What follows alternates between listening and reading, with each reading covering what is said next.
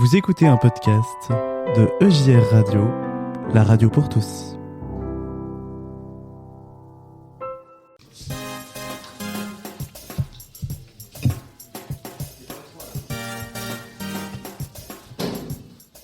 Nous sommes toujours à la Clarté-Dieu pour la suite des interviews des différents participants et même des organisateurs de ce week-end de l'Église protestante unie de France. J'ai à mes côtés deux membres de la coordination évangélisation et formation, si je ne dis pas de bêtises, si je n'ai pas oublié de terme, parce qu'il faut le dire, on dit tout à nos auditeurs, il est très tôt, il est 8h54, on n'est pas tout à fait réveillés, mais tout va bien se passer. Mesdames, bienvenue à vous, merci d'être au micro de JR Radio. Première question peut-être toute simple, est-ce que vous pouvez vous présenter pour que nos amis auditeurs puissent apprendre à vous connaître ? Donc, je suis Isabelle Fouchier, je suis depuis 4 ans à la coordination maintenant et originaire d'Aix-en-Provence. Voilà. Moi, je suis Anne Faisandier, depuis 12 ans à la coordination et actuellement pasteur à Marseille. Alors, on voit qu'il y a une ancienne, désolé Anne, mais il faut le dire, une ancienne. Oui, tu peux le dire. Une vieille, vas-y. Bon, il y a des cheveux blancs des deux côtés. C'est vrai. Ça. Et puis, presque une nouvelle arrivée, 4 ans, c'est pas trop long. Quel est votre regard entre, justement, ancienne, nouvelle, de ce que vous faites dans la coordination, de comment elle a peut-être évolué dans le temps ? Alors, on commence par dire, toi, comment tu perçois le travail de la coordination ? Quand je suis arrivée il y a 4 ans, j'ai découvert une équipe, c'est ça qui m'a le plus marqué, une équipe qui avait à cœur de faire bouger les choses dans notre église, qui avait à cœur l'évangélisation, mais aussi la formation, c'était un tout. Une équipe qui fonctionne et qui s'entend, qui discute, qui débat. Une équipe avec beaucoup d'idées. C'était impressionnant. Et qui est prête à se remettre en question et qui fonctionne aussi en sous-équipe, je dirais, puisqu'il y a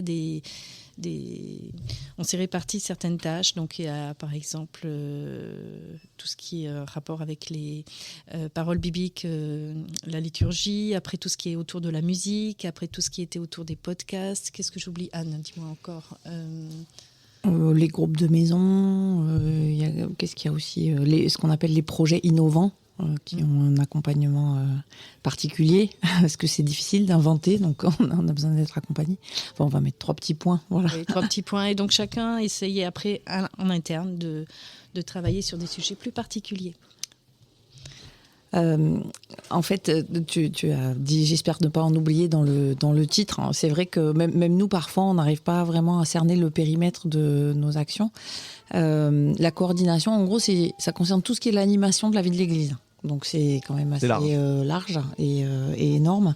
Et dans l'histoire, je vais faire ma très vieille, avant même la création de l'Église protestante unie, il y avait en fait 2 coordinations.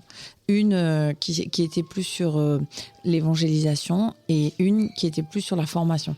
Et puis en fait, au moment de la création de l'Église protestante unie, il y a eu ce slogan, mais qui n'est pas qu'un slogan, qui est une vraie vision pour l'Église, qui est devenir une Église de témoins. En gros, sortir de nos églises comme étant des communautés un peu refermées sur elles-mêmes, où on est protestant de père en fils, parce que c'est plus vrai en fait aujourd'hui, et devenir simplement des églises qui accompagnent chacun dans la formulation de sa propre foi pour qu'il puisse la partager là où il est. Je résume, mais en gros, c'était ça l'enjeu. Et tout d'un coup, on s'est dit, mais on ne peut pas séparer évangélisation et formation, parce que l'objectif, c'est de former pour être capable d'être témoin. Donc, c'est pas 2 sujets qu'on peut voir indépendamment l'un de l'autre. Donc, ça s'est réuni. Voilà. Et ce qui est intéressant, c'est de voir qu'aujourd'hui, après toute une série de synodes où notre Église s'est réinterrogée sur quelle est la mission de l'Église, vers où est-ce qu'on veut aller, où des choses ont été vraiment actées, on en arrive alors j'ai envie de dire, à revenir au système un peu ancien, mais habité différemment, en disant... Aujourd'hui, on est tous d'accord que l'objectif, c'est d'être une église de témoins, de sortir de nos murs, d'accueillir les gens, de changer. Mais pour pouvoir faire ça, en fait, on a besoin d'être formé. Et donc, il faut qu'on ait de nouveau un renfort sur tout ce qui est formation de toute l'Église. Ça concerne la formation des pasteurs, mais ça concerne la formation de chaque personne dans l'Église et aussi la formation de ministères un peu dédiés, nouveaux, sur des sujets particuliers. Donc, avec ce désir d'accueillir aussi les charismes et les compétences de tout le monde dans l'Église.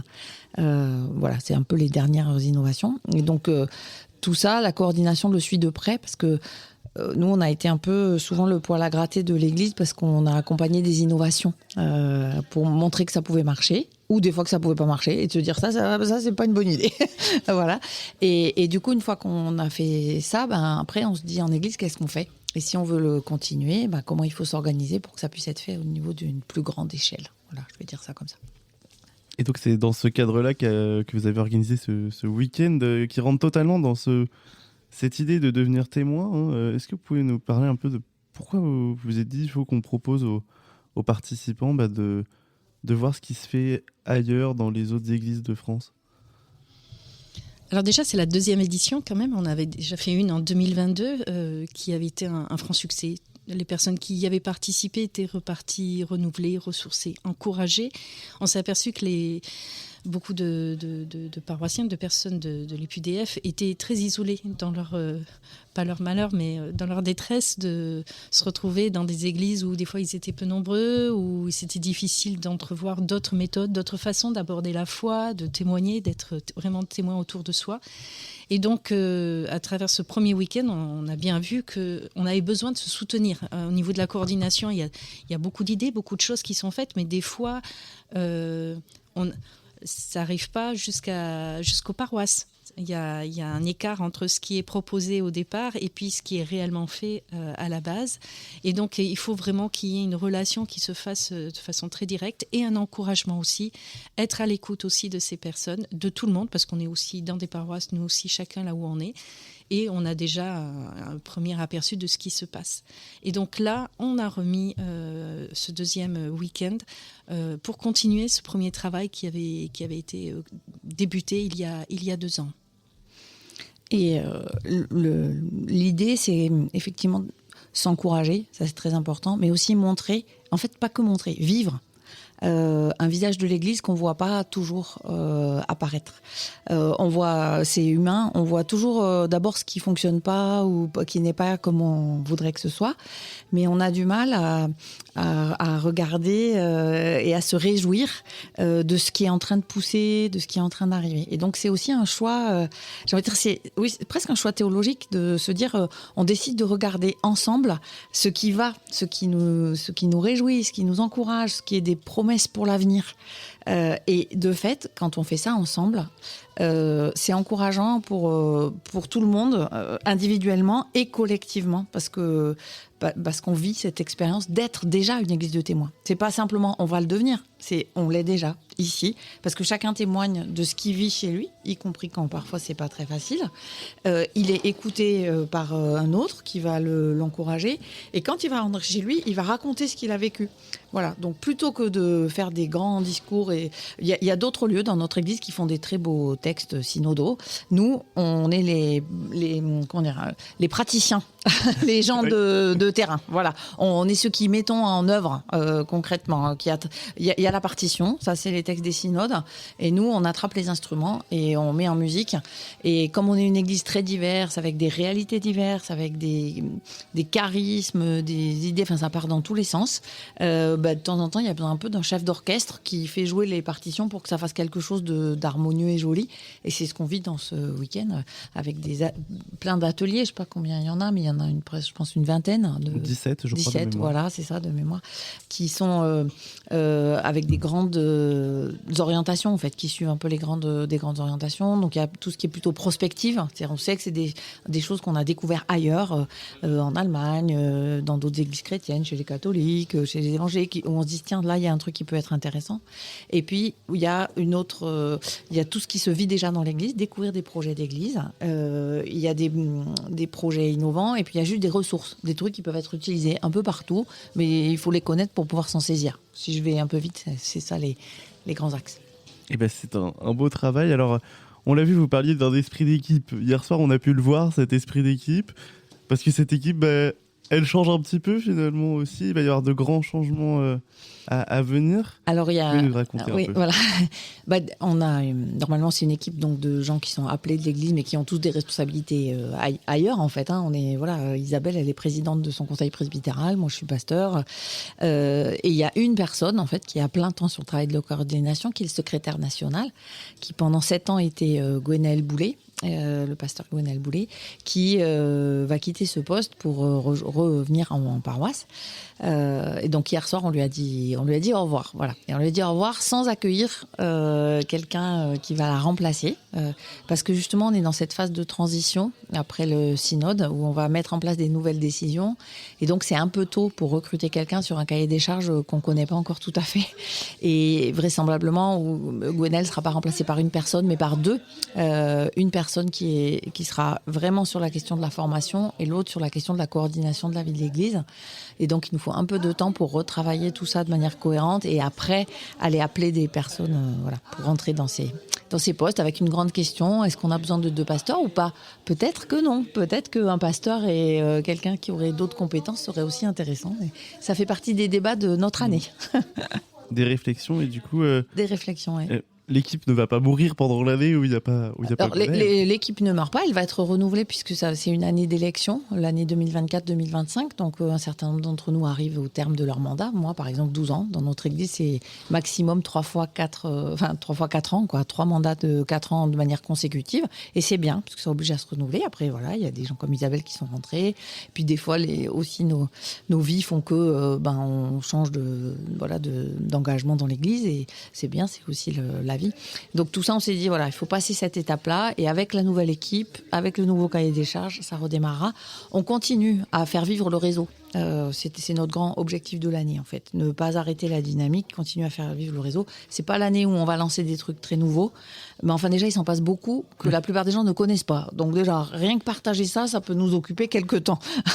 Et puis, écouter aussi. Parce que très souvent, comme chaque situation est particulière, avec un regard un peu distancé, écouter les gens sur les questions qui sont les leurs, les demandes qui sont les leurs, et les mettre en connexion avec la bonne personne ailleurs dans l'église qui a pu vivre quelque chose qui répond à leurs questions, c'est déjà tout un travail. Mais c'est ça, coordonner. Pas forcément toujours inventer ou produire. C'est faire du lien, en fait, pour que les gens se trouvent. Exactement. Alors, peut-être une petite dernière question.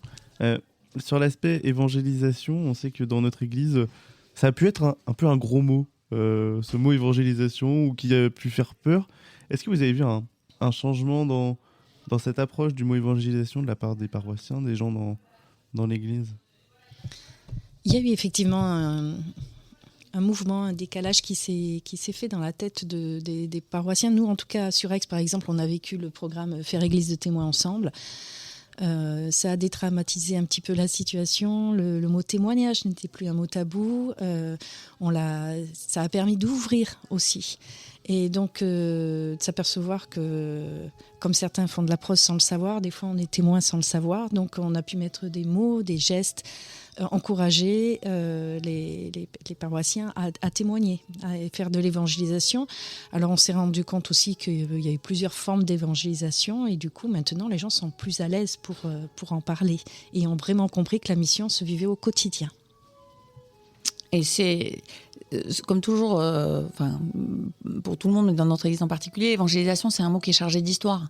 Et donc, de temps en temps, on est obligé d'épouster un peu, comme les textes bibliques, et de se dire, tiens, mais ça, au fait, qu'est-ce qui est vraiment derrière ? Mais ce qui évolue aussi, très clairement, c'est que les gens qui sont dans l'église évoluent, changent, se renouvellent, et donc ça accompagne ce mouvement de réflexion. Ça se fait de fait, parce que chacun arrive avec ce qu'il est, et donc il parle de sa foi avec ce qu'il est.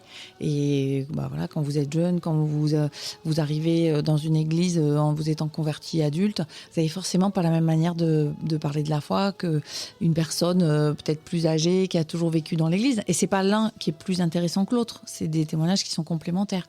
Il faut juste qu'on arrive à s'écouter et à s'accueillir les uns les autres.